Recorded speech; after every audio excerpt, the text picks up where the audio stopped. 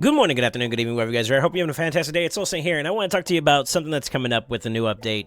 There's been a lot, if you haven't already heard, there's been some audio files that have been kind of dropped around amongst some of the content creators relating to the new city of Nostranos, I believe is how you pronounce it. I'm not gonna lie, it's very, very interesting. For me, I particularly think that they're gonna be introducing a lot of new content that's gonna be related to this new area in general. They have been hyping it up quite a bit about it being bigger than Doom Tower, which to me has been a overall well-received form of content because it has provided a lot of resources, a lot of value to players. But I think that to kind of go into some theories, some hypotheticals about this whole new foundation that they're building off upon, excluding like lore, for example, I believe there's been some conversations about maybe some well-known characters that are pretty meta right now that are actually a part of that the new area. They talked about, and I'm just going to kind of go through a summary, and then I'm going to give some hypotheticals. This is all speculation at the end of the day. But I seen that there was a bit of like talk about a new marketplace. There's been talks about theories about like how we're going to have new mechanics, new diverse content in a sense, right? And you may see some established or already established bosses, fights, mechanics that you've dealt with before that you're going to end up having to deal with again, maybe combined. And amongst those was they made an example of like Hellraiser and Scarab King, and that's kind of where I wanted to focus my conversation piece at, in terms of like, one, just kind of have a little bit of fun, spitballing this, but also to kind of get into the mindset of like, when a new update comes out, how best could you prepare yourself for it, right? And this is kind of where I'm at right now when it comes to the ideas of this. So there's a couple of theories about whether or not the way that this like incorporation of duo composition or duo bosses, for lack of better words, in terms of being a new fight, are going to exist. There's one where it's going to be literally a copy and paste of boss 1 and boss 2, and then you have to fight both of them at the same time. There's there was a thought that I had that like it's one boss, but it is depicting elements that come from multiple bosses, right? And then number 3 is that it's kind of similar to 1, but instead of it being, 1 and 2, it could be 1 and 3, 1 and 4, 1 and 5, 5 and 2, like a mixed bag that'll always be kind of like randomized in a sense, where you're having like a plethora of bosses that are available, and then, you're fighting 2 of them at the same time. So the thing that I was going to kind of get at is, at first I thought, maybe that could be one way you could see those fights. Another thought I had, and this will be like big point number 3, or a little tether to number 3, would be that like you technically would have 2 fights that are occurring at the same time, but there's some kind of mechanic that's introduced that will allow you to have overlap between the 2 bosses. So they're technically 2 standalone fights, but they're also fights that have interchangeable elements that make it one big fight, right? And allow me to explain. I'm not saying this is gonna happen. Let me disclaimer now. But I was thinking about it, that like, imagine you have, hypothetically speaking, a team of 5 versus the Scarab King, and then team of 5 going against Hellraiser, right? Since that's the example they gave in the audio file. You're gonna fight those guys naturally. You may have some champions that you may use across both of them, for example, or you may not. And throughout the course of those fights, you may have the perfect team here, but these fights are isolated from each other, but they're occurring at the same time, right? In that same essence, during their fights, there's a chance or an element where the boss may teleport one of your 5 from team 1 over to team 2 and stop, vice versa, right? You have like the interchangeable. So having 2 teams that are designed that can tackle both bosses, interchangeably would be pretty ideal. I thought that would be like an interesting mechanic that they can introduce to the game that would breathe new life into it. At the same time, too, I won't deny it that like I have like my fair share of concerns when it comes to whether or not that it's just kind of like a rinse and repeat of content we've already had. I feel like that'd be very, very lazy, and it wouldn't be very indicative of what they're touting, which is that's a pretty big tall order, saying that this is going to be bigger than Doom Tower, right? That's how it's being advertised, right? On the same note, too, though, having some reusable assets, which is something that's not foreign to games at all in general, and then more importantly for Raid, you're going to see some, assets, whether it's design in terms of like the way that the aesthetic of a champion may look very similar. I'll give an example with like Apothecary has another rare-like champion that's also in the same faction that literally looks just like him, just recolored. They reuse assets, right? And they sprinkle a little bit of love on it to make it look a little different, just to establish it's a different character, right? So it's not something that we are not already exposed to in terms of reusing assets, but introducing an element that makes it unique is probably the thing that the little twist on top of that could be the thing that makes it very, very valuable.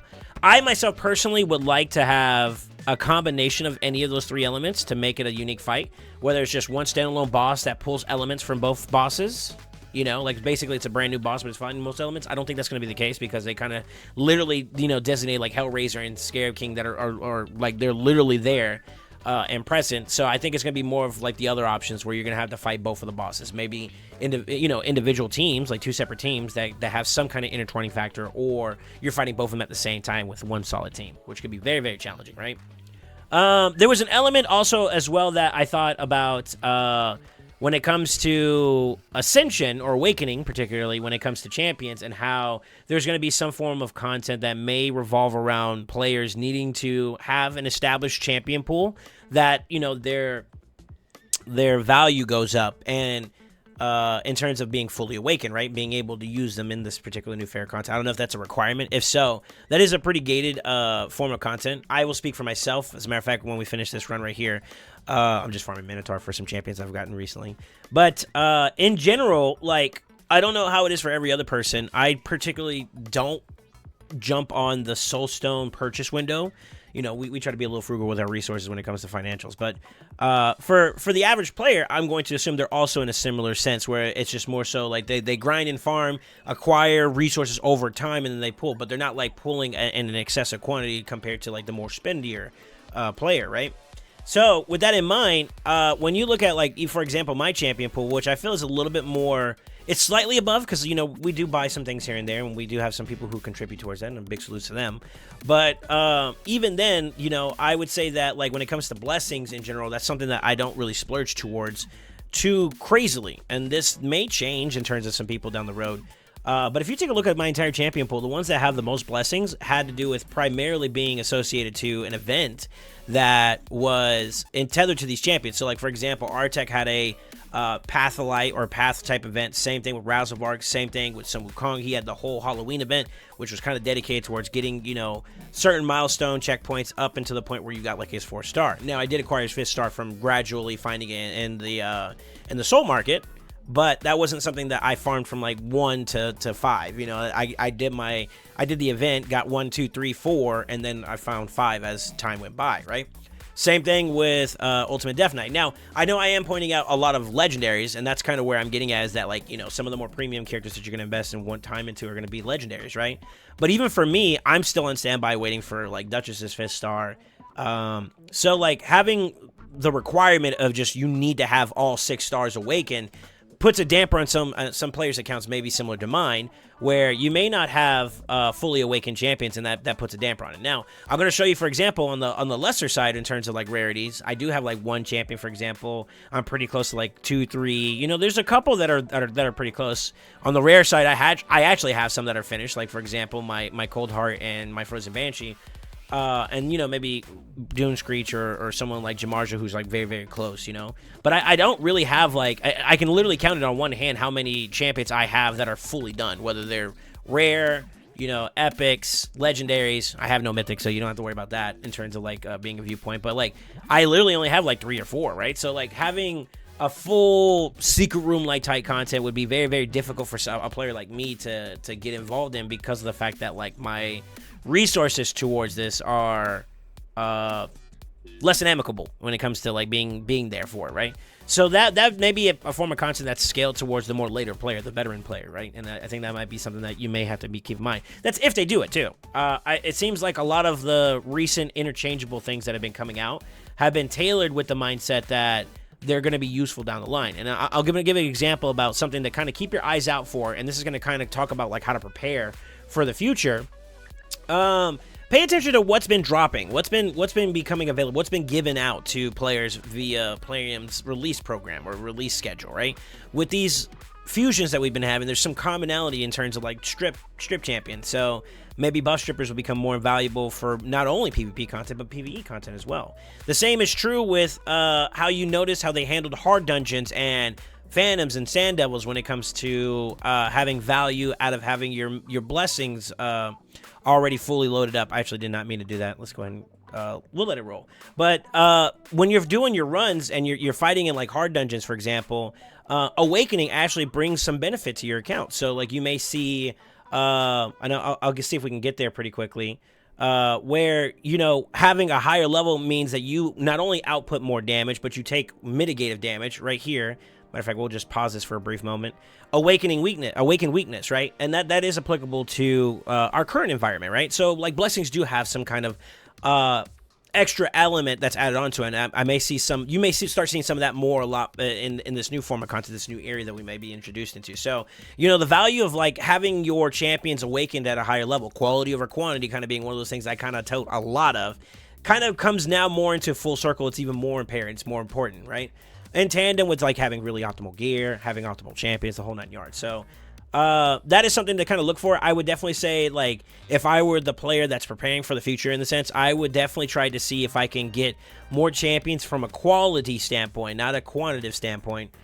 Get them up and running to a higher tier of level awakening, maybe even finish them off if possible. You know, instead of just buying every other blessing that you see because like, oh, I do use this champion, or I like this champion. It's now, I need to finish this champion. Let's finish this one. Break it down one at a time. Knock them out. And get that going for yourself so that in the event that something like this does happen, you're more prepared for it, right? In addition to this, though, I also wanted to highlight about, like, some key champions that may be valuable. And although we don't know this content, like I said, this is all speculation. Since they talked about overlapping bosses or maybe having to take on multiple bosses at the same time, one thing that I would recommend players to do to maybe keep an eye out for would be when you're doing some of the already established content, you know, you're already fighting Ice Golem or you're fighting Hellraiser, you know, in Dragon. Does that champion also, or is there any champion on the team that you're currently using, have some kind of effect where they're used in other content? Like, for example, I pretty much can use Duchess almost everywhere, right? So that's a very interchangeable champion that in the event I was going against XY composition or boss, I would be prepared for it. But I would also be ready for WX as well if that came up, you know, just using it as an example.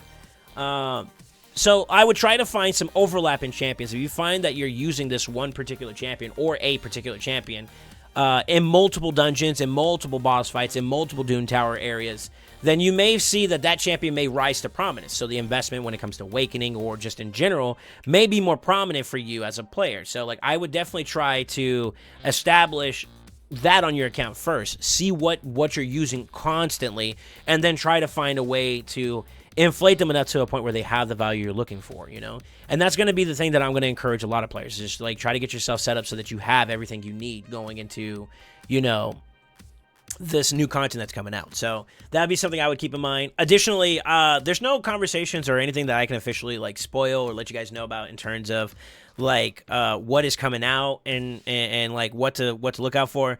I would hope that if it's going to be something bigger than Doom Tower, that they have a form of resource that doesn't pull from like energy primarily, because energy is already a resource that is depleted very, very rigorously, and it can be very dangerous when you're playing your cards against something like that. So I normally try to like encourage Plarium at the very least to be considerate of like the players. You know, we are limited in what we can do in terms of our resources at any given point. I would also recommend, if I was in the driver's seat of developing the game, I would like to deter away from doing like the IT standard when it comes to like having not only energy as a requirement but keys as well. That factor is kind of I want to say annoying, but it's a little bit exaggerative in terms of costs, you know. And I think that as like players both early, mid, late, and in game, I think we all would agree that like this form of new content hopefully won't be straining us even more so to a point where we feel like we can't do everything in one day. And then at the same note too, when it comes to the new content, I mean, you know, I do expect, and to kind of give like some validity in terms of this, I do expect that there may be some encouragement. You know, we are getting some champions that are going to be designed that will hopefully rise to prominence as a form of maybe some new mechanics coming out. So I would also encourage Plarium to try to find ways to incorporate mechanics that champions that may not have seen the light of day because there's something that's just better, they rise to prominence because that one thing that makes them unique is something they can stand upon and gives them value, you know. And that's one way I would encourage Plarium to like bring vitalization to champions that may have landed dormant, besides just reworking them and rebalancing them. You know, that's just something that I'll just toss out there as an extra. Will there be any association to this? I actually would be curious. So let me know what you guys think. Are you guys thinking that we may end up having to deal with a new faction? I think that there's been a lot of conversation in terms of lore about its association to like Galen, maybe even the Galen Pact. And to be honest with you, you know, we have like a new area that has to do with like plagues, and I was thinking about it. Plagues, undead. First and foremost, undead is kind of, you know, it's already kind of like, no, duh, you know what I mean? Like, there's literally a faction called Undead Horde. So all of these champions, you're going to see some kind of prominence. And I really do feel like, and this is just a side caveat, that the way that they're incorporating this new content is going to be designed to kind of give depth to these characters. And I feel like right now it kind of seems like Plarium, especially with the recent movement of like Call the Arbiter, was kind of like an indicator that Plarium is very open to wanting to add depth to their characters, why these characters are the way they are. You know, we know who Bad El-Khazar is because we got to understand who Valkonen was, right? And they really kind of gave depth to the way that these characters are, and they established it. And just to give you another premise of something I clicked earlier, Champion Lore, that's something they add to the game. So adding the environment by which these champions came to be is something that you're going to see a lot of. I think that's kind of like the direction they're going, is like not only are they building champions, they're building the world around it as right before your eyes if you're not paying attention, right? So to be very cognizant and aware of the movement, like I said, I do expect that you may see some either, I wouldn't say vitalization, but more so like explanation, depth as to why Rhodos and Siphi are the way they are, or you know, why we have an undead horde in the first place, right? So plague being, you know, the plague home being like one of those things that they kind of hit on or hinted on in terms of like areas that we're going to be participating in or you know, looking into. You may see that. And then like when we talk about the word plague in terms of like disease or like I don't want to say it like deficiencies, but like more like, you know, like just think about like rot and like malformations and whatnot. And I was looking, I was thinking about this, and I had to give a nod to Hell Hades and Saphir. I was watching their video not too long ago, and they were kind of hinting about like, you know, elements that kind of speak towards certain factions. And we were talking about the whole Galen Pact, right? I thought about it, and I was like, if you pay attention to a lot of these champions from the Ogre side, they look very plague-like already as it is. So like that may give us some idea as to not only how they came to be, but like why are they like this? Like, you know, why does Togron have two heads now? You know, like maybe we get an idea as to why Gerda looks, you know, boily on her arm and has like, you know, basically mushrooms growing out of her back, and you know, that may be something that may add to the depth of lore that we have to this game. And I'm kind of like going on a tangent here, but like the whole idea is that it's establishing new content. Of course, that's what we expect. Maybe plugging and playing some already pre-existing content, but twisting it in a way that makes it unique and maybe fun and entertaining. And I look forward to that. Hopefully, it becomes very, very good. And then on top of that too, adding to the environment, like, you know, one of the things that I thought about when I heard about this new area was that it sounded very, very similar. And for those that may be into it, like Dungeons and Dragons, or I used to play a RPG game, MMORPG game called Neverwinter, where, you know, you had different areas and it had to do with different storylines and whatnot. And amongst those is like the Underdark, or basically an inverse to like the Dark World. If you're familiar with like Stranger Things, you know, the other side, you know what I mean, the darkened side. So giving some depth to the world building aspect is something that I expect to experience as a part of this update. And it seems like that's the direction they're going in. So not only adding content for us to participate in, but giving depth to that that content. Like, why is it like the way it is? Why do we have skinwalkers, you know, and all that other stuff in place? So I wonder what you guys think. What are you guys looking forward to in terms of like the different ideas that I had in terms of like our boss encounters? Do you think we're gonna have wave clear content that's gonna be associated to it? You know, maybe we have to deal with some kind of climbing aspect of, you know, participating. There was conversations about like an open worldy type environment, and I would be very, very curious to see if something like that would be implemented in this game. Although I do think that they're going to stay closer towards like stage-like content, where it's like you have to clear stage, and then stage is similar to like Hard Dragon or the dungeons, or even Doom Tower, where you're just doing you know, floors, which is the equivalent to like a stage. You're kind of doing that. I'd be very curious. I will say this, if we're going to go on one final note about the value of a champion, when it comes to like overlapping mechanics, if you take a look into it, and I'm just gonna leave you guys with this. Scarab King and then also Hellraiser. So poisons from Hellraisers are like a big part of his form of mechanics, right?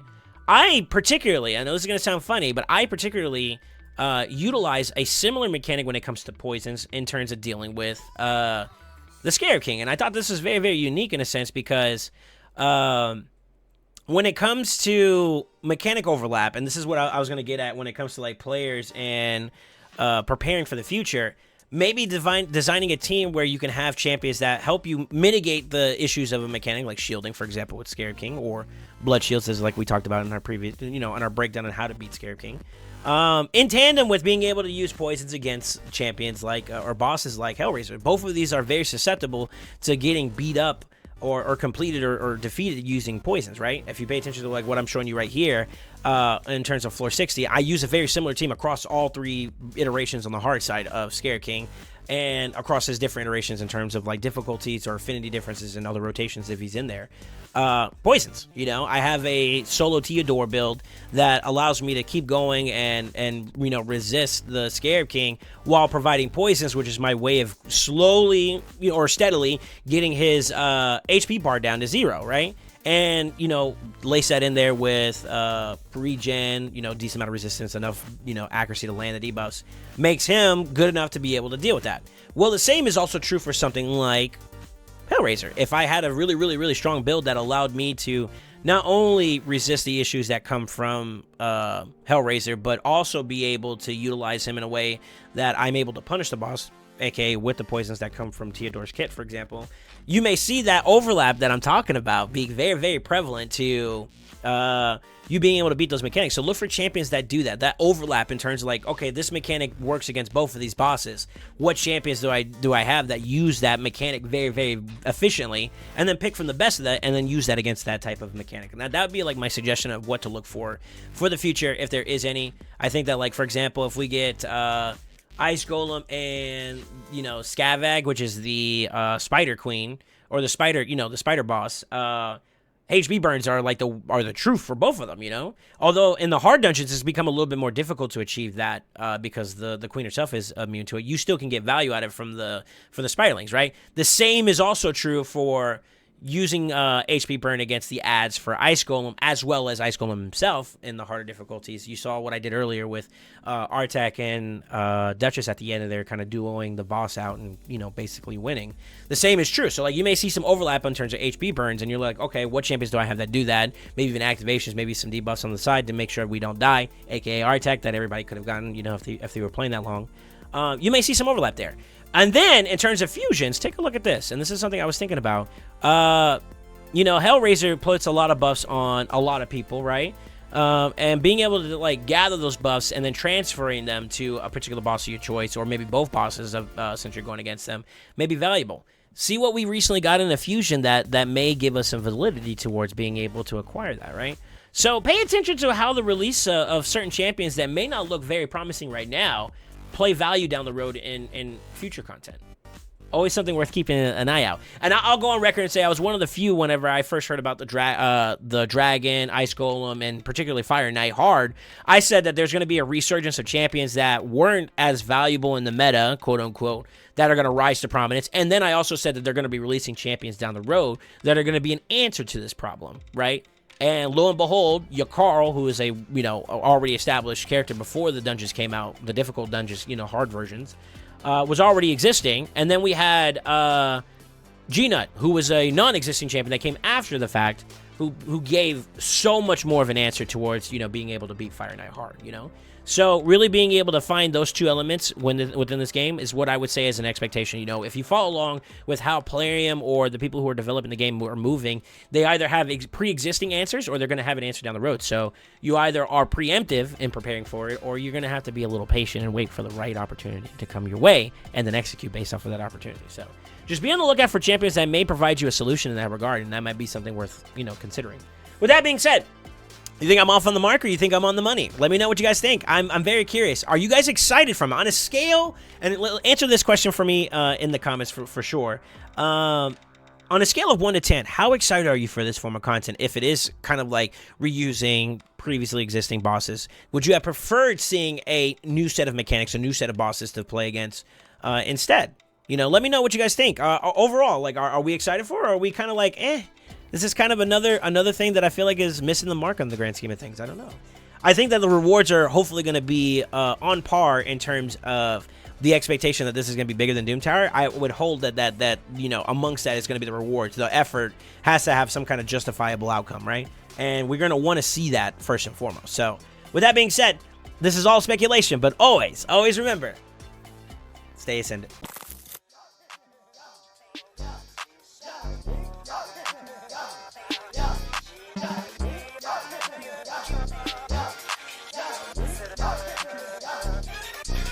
Got the